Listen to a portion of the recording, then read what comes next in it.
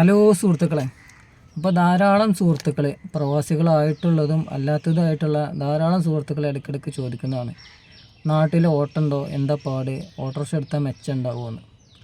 അപ്പോൾ ഒരു മലപ്പുറം ഉള്ള ഒരു ശരാശരി വെച്ചിട്ടാണ് ഞാൻ പറയുന്നത്. ഇതുവരെ ഓട്ടോ ഫീൽഡിലേക്ക് ഇറങ്ങാത്ത ആളുകളാണെങ്കിൽ ഒന്നല്ലെങ്കിൽ റെൻറ്റിന് എടുത്തുകൊണ്ട് നോക്കുക, ഒന്ന് ടെസ്റ്റ് അടിച്ച് നോക്കുക.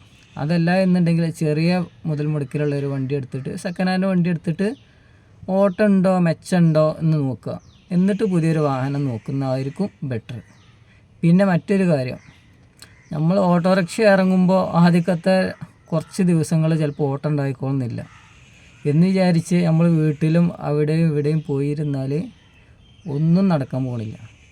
അപ്പോൾ നമ്മൾ സ്ഥിരമായിട്ട് വണ്ടി ഓടിക്കാൻ നിൽക്കുക. ഭക്ഷണം കഴിക്കാൻ പോകുമ്പോൾ റെസ്റ്റ് എടുക്കുക, ഒരു മാക്സിമം ഒരു അരമണിക്കൂറൊക്കെ റെസ്റ്റ് എടുക്കുക.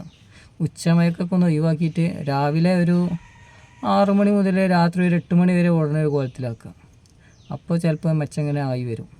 പിന്നെ മറ്റൊരു കാര്യം, ഫ്രണ്ട്സൊക്കെ ചിലപ്പോൾ കറങ്ങാൻ പോകും. തിങ്കൾ മുതൽ ശനി വരെ ചിലപ്പോൾ കറക്കയക്കറാം എന്ന് വിചാരിച്ച് നമ്മളൊരു ദിവസം അവധി കണക്കാക്കുക. അതേ ബാക്കിയുള്ള ദിവസങ്ങളിൽ മൊത്തം ഓടുക. ഒരു ദിവസം ലീവ് എടുക്കുക.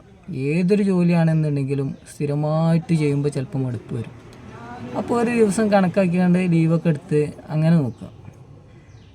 പിന്നെ ഇപ്പം എന്താ പറയാനുള്ളത് വെച്ചാൽ, പ്രായമായവരും ചിലപ്പോൾ കുട്ടികളൊക്കെ വണ്ടി കയറും.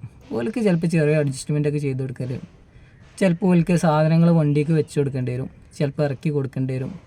ഒരു മിതമായ സംസാരം സംസാരിക്കുക. ഒരു മാന്യമായ സംസാരം ഉണ്ടല്ലോ, ദേഷ്യപ്പെടാതെ അങ്ങനത്തെ സംസാരം നടത്തുക. ഇറങ്ങുമ്പോൾ ചെറിയ പുഞ്ചിരിയൊക്കെ കൊടുക്കുക, പൈസ ഒക്കെ വാങ്ങിക്കുമ്പോഴേ.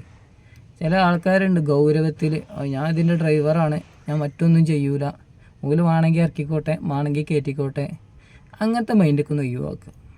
ഒരു സഹകരണ മനോഭാവം നടത്തുക. നാട്ടിൽ വേറെ വണ്ടിക്കാരില്ലാത്ത കാര്യമൊന്നുമില്ലല്ലോ.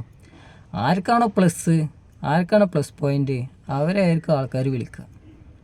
പിന്നെ ബാക്കിയൊക്കെ അല്ലല്ല പഠിച്ചവൻ്റെ അടുത്താണ്. നമ്മൾ ശ്രമിക്കുക, പരിശ്രമിക്കുക, ആൾക്കാരോടൊക്കെ നല്ല രീതിയിൽ പെരുമാറാൻ നോക്കുക. ഇത് മലപ്പുറത്തെ അവസ്ഥയാണ്. മറ്റുള്ള ജില്ലക്കാർ വന്നെടുത്ത് റിക്കമെൻഡ് ചെയ്യാൻ നിൽക്കണ്ട.